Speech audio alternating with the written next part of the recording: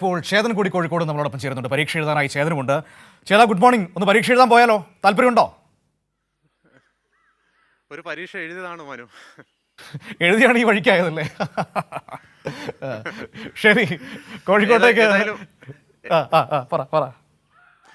ഏതായാലും മനു, SLC പരീക്ഷ എഴുതാനുള്ള സംസ്ഥാന പൊതുവിദ്യാഭ്യാസ വകുപ്പിൻ്റെ എല്ലാവിധ ഒരുക്കങ്ങളും മലബാർ മേഖലയിൽ പൂർത്തിയാക്കി എന്ന് വേണം നമുക്ക് ഈ ഘട്ടത്തിൽ പറയുവാൻ. കോഴിക്കോട് ജില്ലയിൽ 43,904 വിദ്യാർത്ഥികളാണ് പരീക്ഷ എഴുതുന്നത്. അതുപോലെ തന്നെ 3 വിദ്യാഭ്യാസ ജില്ലകളടങ്ങുന്നതാണ് കോഴിക്കോട് ജില്ല. അതിൽ ഏറ്റവും കൂടുതൽ SLC പരീക്ഷ എഴുതുന്ന വിദ്യാർത്ഥികൾ വടകര വിദ്യാഭ്യാസ ജില്ലയിലാണ്.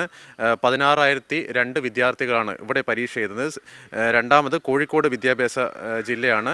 12,668 പേരാണ് പരീക്ഷ എഴുതുന്നത്.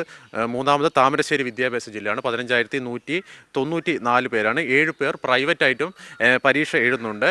206 പരീക്ഷാ കേന്ദ്രങ്ങൾ അടങ്ങുന്നതാണ് കോഴിക്കോട് ജില്ല. ഇതിൽ താമരശ്ശേരിയിൽ 72ഉം കോഴിക്കോട് 70ഉം വടകരയിൽ 64 പരീക്ഷാ കേന്ദ്രങ്ങളുമാണ് ഒരുക്കിയിരിക്കുന്നത്. ഏറ്റവും കൂടുതൽ വിദ്യാർത്ഥികൾ എഴുതുന്നത് SLC പരീക്ഷ എഴുതുന്ന വിദ്യാലയം ചക്കാലക്കൽ ഹൈസ്കൂളാണ്. 1067 പേരും. അതുപോലെ തന്നെ ജില്ലയിൽ ഏറ്റവും കുറവ് SLC പരീക്ഷ ചെയ്യുന്ന വിദ്യാർത്ഥികൾ പറയഞ്ചേരി GHSSലുമാണ്. 6 പേരാണ് ഇവിടെ SLC എക്സാം എഴുതുന്നത്.